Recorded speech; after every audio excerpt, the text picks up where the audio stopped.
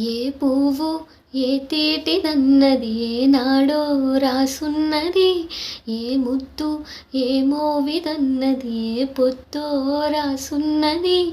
బంధాలై పెనవేయు వయసుకు అందాలే దాసోహమనగా మందారం విరబోయు పెదవులు మధువులనే చవి చూడమనగా పరువాలే ప్రణయాలై స్వప్నాలే స్వర్గాలై ఎన్నెన్నో శృంగార లీలలు కన్నుల్లో రంగేలి అలదెను ఆకాశం.